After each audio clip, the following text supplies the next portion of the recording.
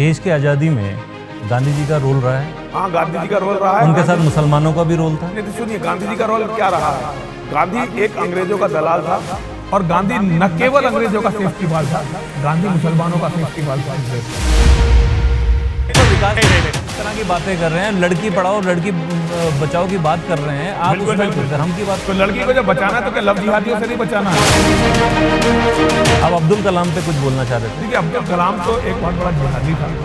ये आतंकवादियों का, अपराधियों का एक बहुत ही सुनियोजित गिरोह है जिनका काम है केवल लूटमार करना, और इन्होंने दुनिया को ये दिया है।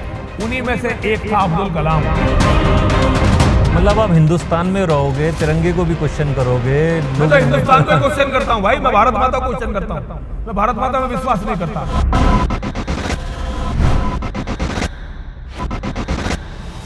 नमस्कार, आप देख रहे हैं न्यूज़ वर्ल्ड इंडिया और आज हमारे साथ खास मेहमान है यति महाराज जी। यति महाराज जी का परिचय देने के कोई ज़रूरत नहीं है, पर फिर भी जहाँ कंट्रोवर्सी है वहाँ यति महाराज जी हैं।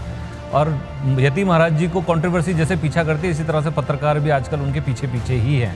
यति महाराज जी, आपका बहुत बहुत स्वागत। आपका बहुत बहुत धन्यवाद, मेरी बात सुनने के लिए आपका धन्यवाद। हर हर महादेव। यति जी, आपने पढ़ाई इंजीनियरिंग में करी, भगवा क्यों?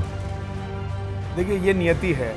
मैं पूर्व जन्म में विश्वास रखता हूँ। मैं भगवान श्री योगेश्वर कृष्ण जी की श्रीमद् भगवत गीता में विश्वास रखता हूँ। आदमी आज जो भी कुछ है वो अपने पूर्व जन्मों के कर्मों के आधार पर है।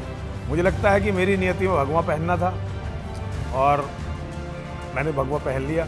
यति जी, आप एक चीज़ बताएं, भगवा रूप में तो हमारे योगी जी भी हैं जी, और बहुत अच्छा काम कर रहे हैं। बहुत अच्छा काम जी।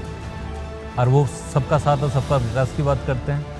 नहीं, देखिए, योगी जी के साथ सबका विकास जोड़ना ठीक नहीं है। योगी जी जो देशभक्त हैं उनके साथ हैं। योगी जी और नेताओं की तरह नहीं है। योगी जी हमारे आदर्श हैं जी। हम योगी जी को बहुत मानते हैं और योगी जी का बहुत सम्मान है हमारे मन में। योगी जी के साथ ये देखिए, राजनीति की कुछ व्यवस्थाएं उनकी हो सकती हैं, लेकिन वो क्या है ये हम जानते हैं। राजनीति की व्यवस्थाएं, लेकिन यार राजनीति की कोई भी व्यवस्था योगी जी को ज़्यादा देर रोक नहीं पाएगी। योगी जी वही करेंगे जिसको करने के लिए योगी जी का जन्म हुआ है। और देखिए, इस समय पूरे हिंदू समाज के 100 करोड़ का हिंदू समाज है, कोई एक दो लोगों का नहीं है।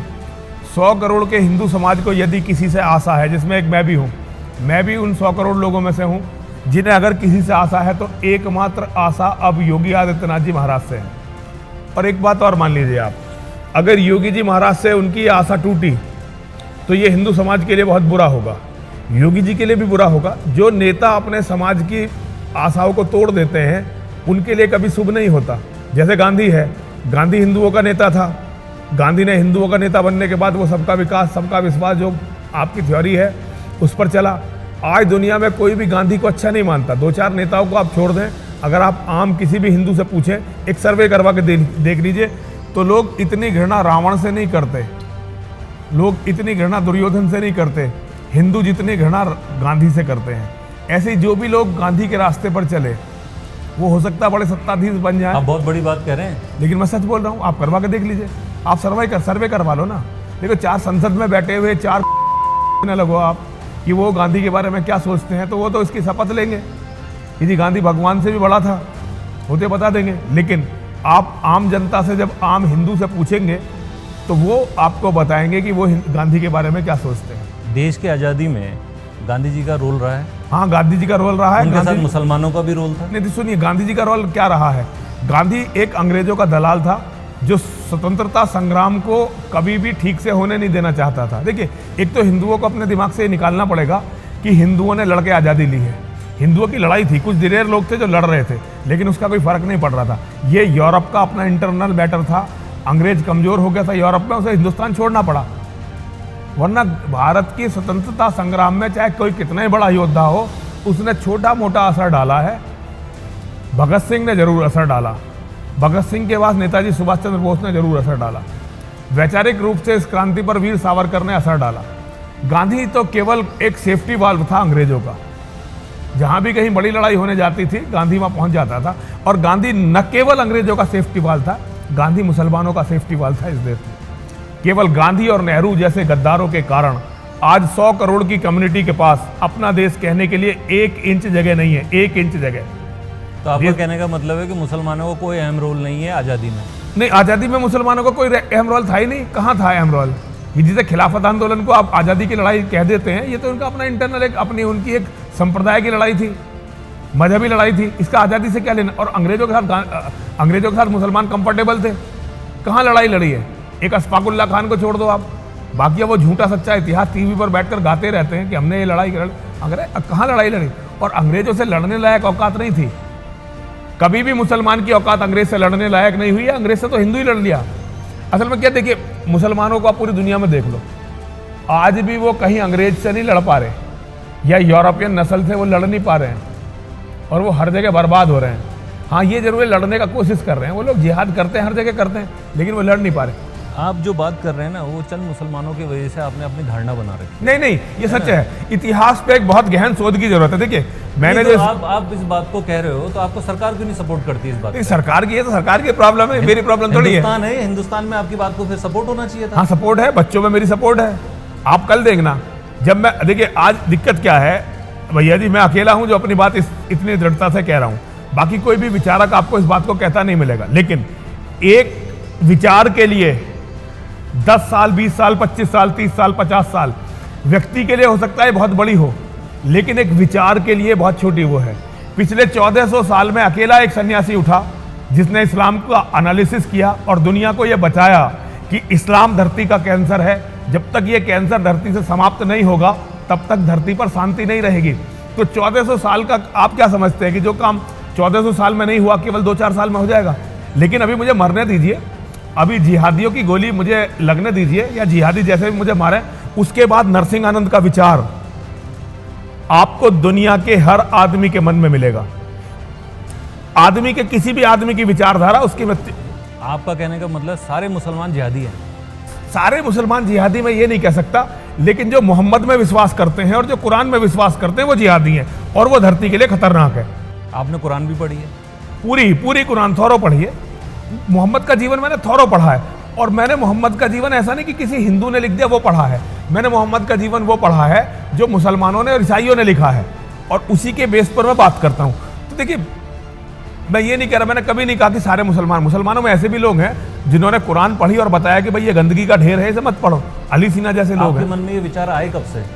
देखिए ये लगभग 97 की बात है, तब से मेरे मन में ये विचार, मैंने कुछ ऐसा देखा था, मैंने लव जिहाद का एक केस देखा था, उसके बाद मुझे इस्लाम की तरफ ध्यान देना पड़ा। इस्लाम के क्या है, इस्लाम क्या है, इस्लाम का जिहाद। और देखिए क्योंकि मैं एक इंजीनियर था और एक गणितज्ञ था, तो किसी भी चीज को सिद्ध किए बिना मैं समझना नहीं चाहता था, मानना नहीं चाहता था। तो मेरी खोज, इस्लाम को समझने की खोज मुझे मस्जिदों में और मदरसों में ले गई। मैं बहुत सारी मस्जिदों में गया, बहुत सारे मदरसों में गया। उसके बाद आपने अपने बोर्ड पे लिख दिया बाहर की मुसलमान? ये तो बहुत बाद में लिखा, ये तो बहुत बाद में लिखा गया, लेकिन वो दिल का बहुत गए, वहां जाने के बाद आपने अपने यहाँ लिख दिया? पहले दिल पे नहीं, मैं तो देखिए कारण ना आने से काम नहीं चलेगा। इस्लाम की सच्चाई मुसलमान को बतानी पड़ेगी। अभी मुसलमान इस्लाम की सच्चाई को नहीं जानता। मौलानाओं ने इस्लाम की सच्चाई मुसलमानों से छिपा रखी है। ये मौलानाओं ने मुझे बताया है, बड़े मौलानाओं ने मुझे बताया है कि अगर आम हिंदू इस्लाम की सच्चाई को जान जाएगा, आम हिंदू का मतलब वो मुसलमान जो कभी हिंदू था, अगर वो इस्लाम की सच्चाई को जान जाएगा तो वो इस्लाम को छोड़ देगा। आज मेरा सौभाग्य है कि दुनिया को मैं इस्लाम की सच्चाई बता रहा हूं। महाराज जी, आप जो बात कर रहे हैं ये उस युग की बात कर रहे हैं जहां पर हम लोग सिर्फ धर्म और इसकी बात करते थे। आज हमारा युग कहाँ पहुंच गया है? नहीं तो ठीक है ना, आज हम तो हम तो हाँ बिल्कुल कर रहे हैं, लड़की पढ़ाओ लड़की बचाओ की बात कर रहे हैं। बिल्कुल धर्म की बात। तो लड़की को जब बचाना है तो क्या लव जिहादियों से नहीं बचाना है? जिन्होंने सुनिए जिन्होंने अपनी किताब में लिख के रख दिया कि तुम्हारी औरत, काफिर की औरत उनके लिए केवल एक लौंडी है, क्या इस विचारधारा से बेटी को नहीं बचाना पड़ेगा? सुनिए, चंद लोगों के विचार, चंद विचारधारा, तो मैं कहता रहा हूं वही चंद लोग जो 200 करोड़ हैं, लेकिन वो कुरान और मोहम्मद में विश्वास करते हैं। जो लोग कुरान में और मोहम्मद में विश्वास करते हैं उनकी विचारधारा से दुनिया को बचाना है। अगर कोई कहता है कि मैं कुरान और मोहम्मद में विश्वास नहीं करता और मैं मुसलमान हूं, वेलकम, बढ़िया, अच्छी बात है। वो तो खुद पीड़ित है, वो तो खुद पीड़ित है। देखिए पाकिस्तान में कितने अथिस्ट हैं जिनको मारा जा रहा है, जिनको कुचला जा रहा है, जिनको खत्म किया जा रहा है। तो ये सारी दुनिया में चल रहा है। तो आपके मुस्लिम दोस्त भी होंगे कुछ? पहले, अब नहीं है। अब कोई नहीं है? अब कोई जरूरत नहीं है। मैं हिंदू हूँ, मुझे गर्व है, मैं हिंदू हूँ, मेरा दोस्त मुसलमान है, मुझे उस पर गर्व नहीं होना चाहिए? ये अज्ञानता से उपजा हुआ गर्व है, क्योंकि आप जानते नहीं कि वो आपकी बहन के बारे में क्या विचार रखता है, वो आपकी बेटी के बारे में क्या विचार रखता है, वो आपके घर की औरतों के बारे में क्या विचार रखता है। देखिए, इस्लाम शुरू हुआ मोहम्मद से, इस्लाम शुरू हुआ मोहम्मद। सुन्नत समझते हैं आप? सुन्नत जी, सुन्नत फर्ज है मुसलमान का। जी, और सुन्नत क्या है? मोहम्मद ने जो किया या उसके सहाबियों ने जो किया, सहाबी मतलब जो उसके साथी थे, ठीक है ना, जिसने मोहम्मद के जीवन में उसका साथ दिया, उन्होंने जो किया वही करना सुन्नत है, वही करना फर्ज है इस्लाम में। तो मोहम्मद ने क्या किया? मोहम्मद ने जो अपने जीवन की शुरुआत की, एक आदमी के यहाँ नौकरी की, बहुत बड़े व्यापारी के यहाँ नौकरी की, उस व्यापारी की पत्नी से मोहम्मद की हो जाता है। बाद में मोहम्मद ने उस व्यापारी का कत्ल कर दिया और उसकी विधवा से शादी कर ली। जो मोहम्मद ऐसे केस तो आप हिंदुओं में भी देख लो। नहीं बात, लेकिन हिंदुओं का ये धर्म नहीं है। हमारे यहाँ रावण को फॉलो करना धर्म नहीं है। हम सुनिए, वो उसको फॉलो करते हैं। 200 करोड़ मुसलमान मोहम्मद को फॉलो करते हैं। हमारे यहाँ कोई रावण को फॉलो नहीं करता, हम फॉलो करते हैं राम को। राम के चरित्र में बताइए ना, हम फॉलो करते हैं योगेश्वर को, हम फॉलो करते हैं भगवान परशुराम जी को। हम कभी भी दुर्योधन को फॉलो नहीं करते, हम बलात्कार करने वालों को फॉलो नहीं करते, हम गद्दारी करने वालों को फॉलो नहीं करते, हम धोखा देने वालों को फॉलो नहीं करते, हम चोरों को फॉलो नहीं करते, हम लुटेरों को फॉलो नहीं करते, हम बलात्कारियों को फॉलो नहीं करते, हम औरतों के दलालों को फॉलो नहीं करते।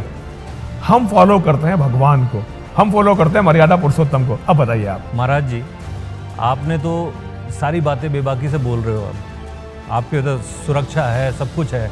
कभी आपके कारण, आपको नहीं लगता कि आपके कारण दो जातियां ऐसी लड़ जाएंगी और उसके कारण जितने लोगों का घर बर्बाद होगा, उसका क्या होगा? अगर स्थिति आज की चलती रही, जो स्थिति आज है ना, तो ये देखिए केवल 2029 में भारत का प्रधानमंत्री मुसलमान होगा, केवल 2029 में। वो होना ही है, अब उसे रोका नहीं जा सकता। आपने तो अब्दुल कलाम पे भी अभी आप पहले एक एनालिसिस सुनिए, फिर मैं अब्दुल कलाम के बारे में बताता हूँ। तो देखिए, भारत का प्रधानमंत्री एक बार मुसलमान हुआ तो अगले 20 सालों में, मतलब 2029 प्लस 20 सालों में 40% हिंदुओं का कत्ल होगा। 50% हिंदुओं को अपना धर्म छोड़कर, सनातन छोड़कर इस गंदगी में शामिल होना पड़ेगा, जो आगे लोगों के कत्ल आम का कारण बनेंगे, पूरी दुनिया के कत्ल गारत का कारण बनेंगे। 10% हिंदू केवल बचेंगे, वो अमेरिका में बचेंगे, यूरोप में बचेंगे, कनाडा में बचेंगे, रिफ्यूजी कैंपों में बचेंगे। इस मंदिर में कोई हिंदू नहीं रह पाएगा, फिर यहाँ सबका कत्ल हो चुका होगा। महाराज जी देखो, आप इंजीनियर हो, पहली चीज पढ़े लिखे हो, उससे भी पढ़ा, मैं गणितज्ञ हूँ, गणितज्ञ हूँ, है ना। आप मतलब आपसे मैं, आपको लग रहा होगा कि बड़े अजीब से सवाल पूछ रहा है लड़का, है ना, और धर्म को मानता नहीं है, हिंदू है। नहीं, पर मैं आपसे हिंदू नहीं, आप केवल हिंदू नहीं हो मेरे लिए, आप केवल मेरे लिए हिंदू नहीं हो, मेरे लिए आप मेरे बेटे हो जी, मेरे लिए आप मेरे बेटे जैसे हो। अगर मेरी सही उम्र में शादी हो जाती, आपके जैसे मेरे बेटे होते, तो आप मेरे लिए मेरे बच्चे हो। और बहुत ज्यादा भी अगर आपको बेटा सुनकर बुरा लगे तो मेरे छोटे भाई हो। मेरे छोटे भाई 20 साल छोटे हैं मुझसे। महाराज जी, मैं सरस्वती शिशु मंदिर का पढ़ा हुआ स्टूडेंट हूँ जी, ठीक है। मुझे वहां पर कहीं नहीं पढ़ाया गया कि आप मुसलमान को इस स्कूल में नहीं लाओगे। तो ये उनकी गलती है ना, ये उनकी गलती है, उन्होंने सिलेबस ठीक नहीं रखा, जैसे मेरी गलती थोड़ी है। अब वो इस्लाम को जानते ही नहीं भाई, मतलब इतने सारे सिस्टम सब गलत है। नहीं, मैं ये नहीं कह रहा सब गलत है, वो अज्ञानी है, वो सारी चीजों को जानना नहीं चाहते। मैं उन्हें गलत नहीं कह रहा, वो जितना जानते उतना कर रहे हैं। देखिए, उनमें बहुत अच्छे लोग हुए, जिन सरस्वती शिशु मंदिरों से आप जोड़ रहे हो, उनके सबसे बड़े प्रेरणा स्रोत थे वीर सावरकर। अगर उन मूर्खों ने वीर सावरकर को पढ़ लिया होता, उन लोगों ने वीर सावरकर को समझ लिया होता, तो आज मैं और आप ऐसे नहीं बैठे होते, फिर ये समस्या भारत में नहीं होती। लेकिन लोगों ने वीर सावरकर जैसे लोगों को इग्नोर किया। मैं जो बोल रहा हूँ ना, ये मैं अकेला नहीं बोल रहा, मुझसे पहले गुरु गोविंद सिंह जी महाराज बोल चुके हैं इसी बातों को।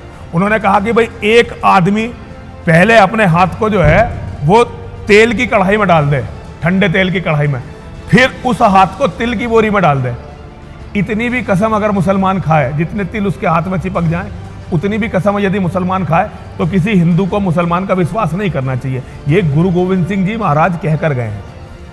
और भी बहुत सारे विचारक हैं जिन्होंने ये, अच्छा आज देखिए सुनिए, ये आपको अजीब लग रहा है क्योंकि मैं भारत में बैठ के कह रहा हूं, भारत में लोगों ने राजनीति की चमचागिरी में अपनी बुद्धि को बिल्कुल भ्रष्ट कर लिया है। यहां कहीं गोबर भर लिया, गोबर।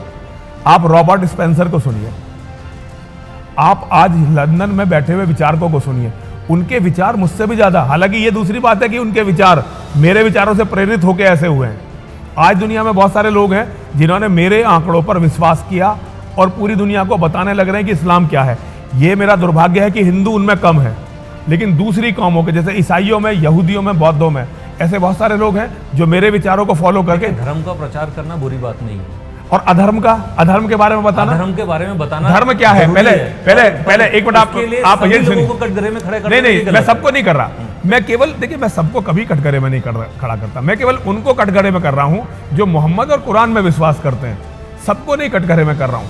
हो सकता है उनमें बहुत अच्छे लोग। अब्दुल कलाम पे कुछ बोलना चाह रहे थे? देखिए, अब्दुल कलाम तो एक बहुत बड़ा जिहादी था और पाकिस्तान के जिहादी थे तो उन्होंने भारत को क्यों अग्नि मिसाइल कुछ नहीं दिया उसने, बगल में दे देते। वो नहीं, उसने कुछ नहीं दिया। ये तो वो मुसलमान था, इसलिए मूर्ख हिंदुओं ने उसे हीरो बनाया, क्योंकि नेताओं को ये अच्छा लगता है कि वो किसी मुसलमान को, जैसे अल्लामा इकबाल जिसने लिखा था सारे जहां से अच्छा हिंदुस्तान हमारा। आप जब अल्लामा इकबाल को थोरो पढ़ेंगे ना तो आपको पता चलेगा उस आदमी की सोच क्या थी। उसी आदमी ने लिखा था, काफिर की मौत से लरजता हो जिसका दिल, काफिर की मौत से लरजता हो जिसका दिल, कौन कहे उसको कि मुसलमान की मौत मर। मतलब काफिर तो ऐसे कत्ल करने की चीजें काट के फेंक दो। हमामो कबूतर का भूखा नहीं मैं, कि है जिंदगी बाज की जाही दाना, झपटना पलटना पलटकर झपटना, लहू गर्म रखने का है एक बहाना। ये इस अल्लामा इकबाल ने लिखा था। अल्लामा इकबाल का सिकवा पढ़िए। अल्लामा इकबाल अल्लाह से सिकवा करता, अल्लाह से, पता नहीं कौन है ये अल्लाह, उससे सिकवा करता है। जी, एक तरफ आप लोगों की छत्र छाया में जब पूरा देश भगवा और मौलवी और इन सब के उसमें वो बोलते हैं ऊपर वाला एक है। कौन बोलता है? अल्लाह को बोल रहे हो? नहीं, कौन बोलता है? कौन? ये केवल हम बोलते हैं क्योंकि हमारे यहाँ गीता बोलती है। लेकिन आप उनकी कुरान पढ़ लो, उनकी कुरान में एक अल्लाह है। वैसे जो अल्लाह जो शब्द लिया गया ये चोरी का है, ये हमारे भगवान शिव का नाम है। लेकिन हमारे भगवान शिव वो नहीं है जिन्हें मुसलमान पूजा करते हैं। जो मुसलमानों का अल्लाह है वो एक शैतान है, जो ये कहता है कि भाई जो मुझे मान रहा है केवल उसको छोड़ना है, बाकी सबको कत्ल करना है। और कत्ल भी ऐसे नहीं करना है, कत्ल भी ऐसे करना है कि इनकी सारी औरतों को अपनी लौंडी, इनकी संपत्ति को छीनना है और इनका कत्ल करना है। ये उनकी बाकायदा कुरान में लिखा हुआ है। जो आदमी कुरान पढ़ लेता है उसे ये आदमी वो समझ जाता है कि नरसिंहाना सच बोल रहा है। जब तक आप कुरान नहीं पढ़ेंगे आपको मेरी बात पे विश्वास नहीं आएगा। लेकिन खाली कुरान काफ़ी नहीं है, कुरान के बाद आपको हदीस पढ़नी पड़ेगी और मोहम्मद का जीवन पढ़ना पड़ेगा, फिर आप मेरी बात को समझ पाएंगे। तो देखिए, मैं सबके खिलाफ नहीं हूँ भाई, मैं फिर कहना चाहता हूँ। लेकिन जो मोहम्मद को मानते हैं और जो कुरान पर विश्वास करते हैं, मैं उनके खिलाफ हूँ।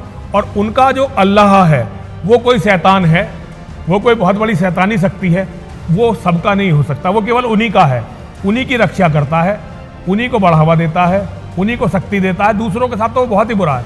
तो मैं उनके अल्लाह को कैसे मान सकता हूँ, जबकि मेरे योगेश्वर, मेरे श्री राम, मेरे भगवान परशुराम, मेरे महादेव सारी दुनिया के लिए बराबर हैं।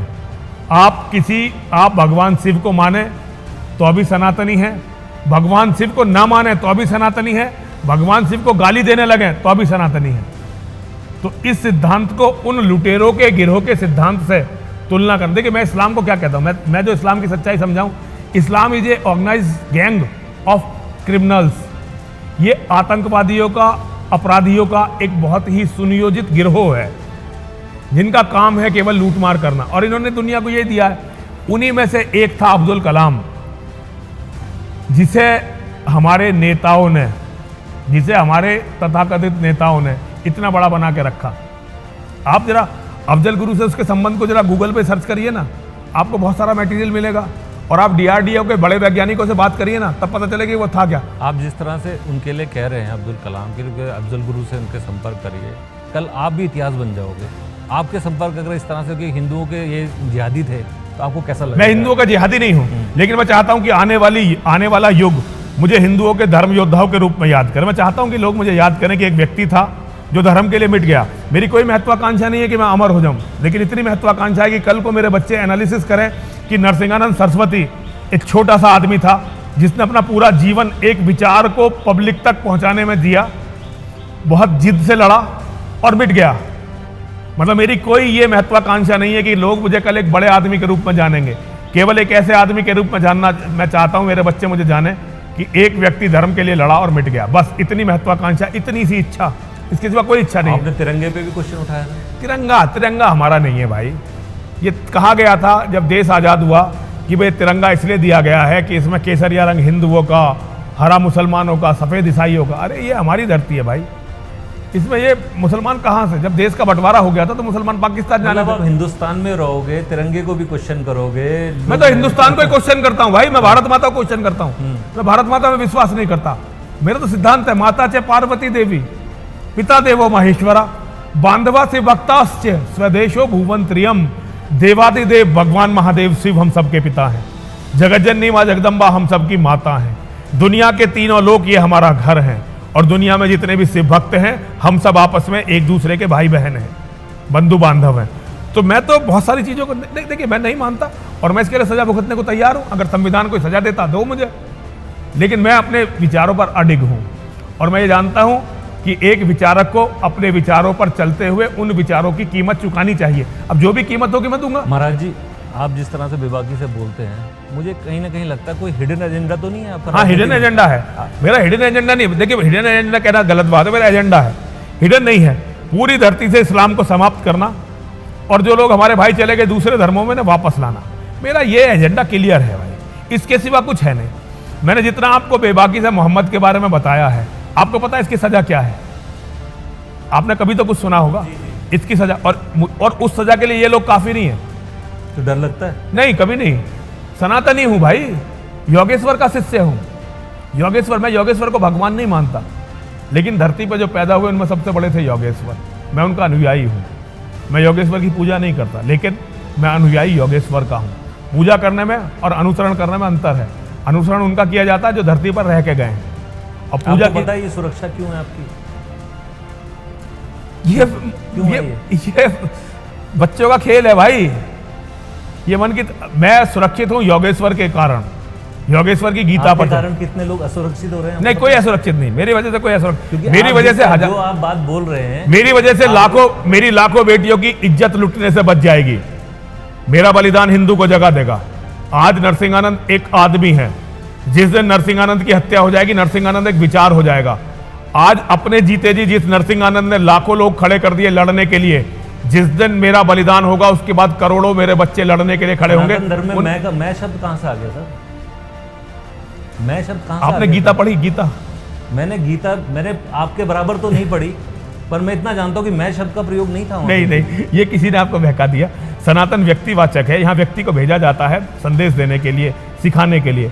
उसी में से कड़ी में मैं तो हम की बात करते हैं, तुम की बात करते हैं, सबकी बात करते हैं। हाँ, तो सबकी बात कर रहा हूँ ना। नहीं, सबकी बात कर रहा हूँ ना मैं तो सबकी। देखिए मैं बोल रहा हूँ वो एक व्यक्ति के लिए बोल रहा हूँ, लेकिन जो ये है ये समूह के लिए है। मैं आज इस समूह के लिए दीपक का काम करने वाला हूँ। आप ये शिक्षित करके भी कर सकते थे ना, एजुकेशन देके भी कर सकते थे। हाँ, तो मैं दे रहा हूँ ना, ये तो एजुकेशन है। उस पर लिखा है कि हिंदू के 5 परिवार में 5 बच्चे हों तो भी आप सुरक्षित। ये देखिए, लिखो भैया, दिखाओ इसे। लिखा मैंने देख लिया आपका।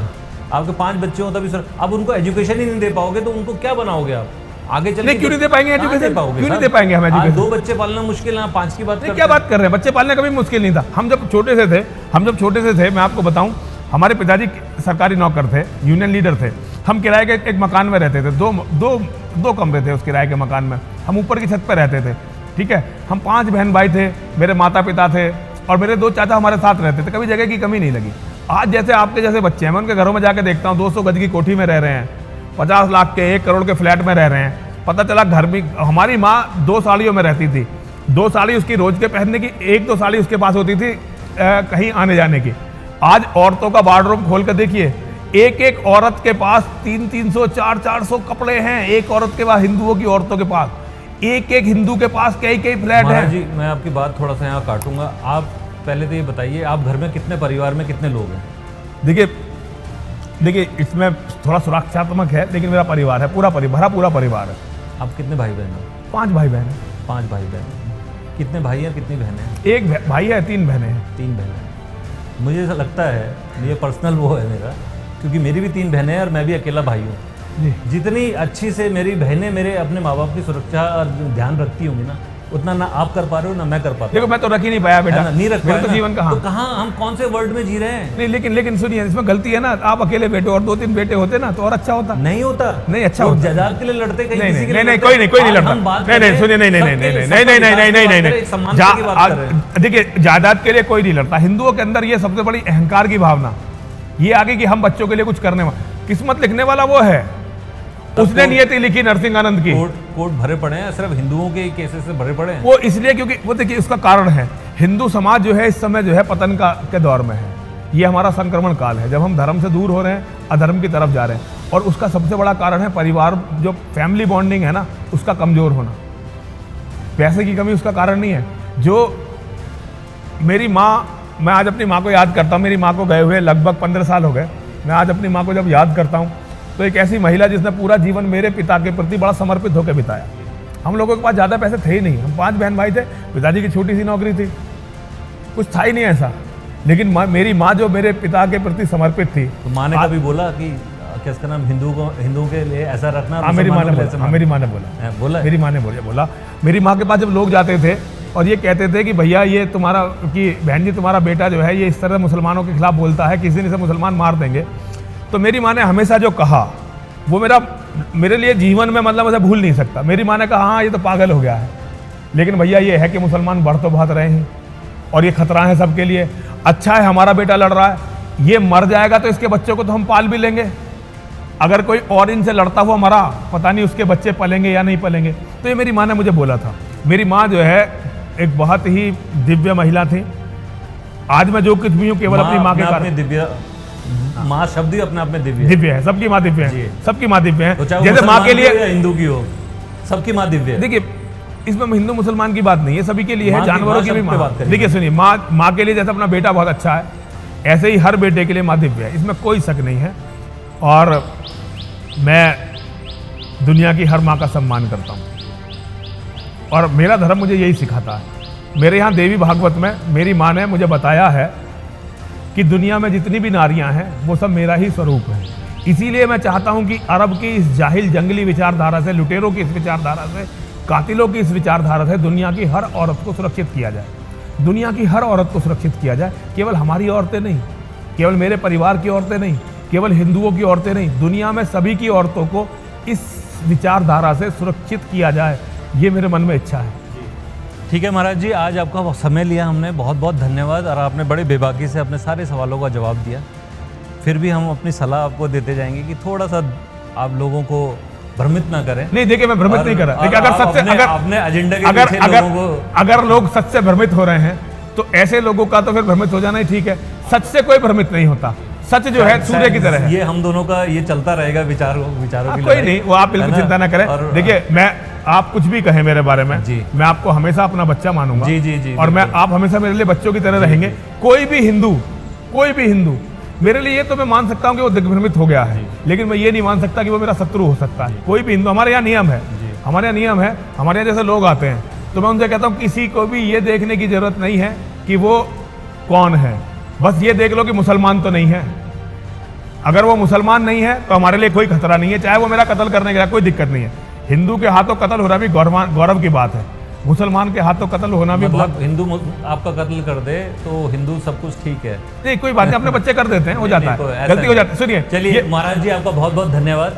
हर हर महादेव, और हर हर महादेव, हर हर महादेव, हर हर महादेव। किसी न किसी बात पे होती रहेगी। आपके पीछे कंट्रोवर्सी रहती है तो हम भी पीछे रहेंगे आपके। बहुत बहुत धन्यवाद महाराज जी। हर हर महादेव।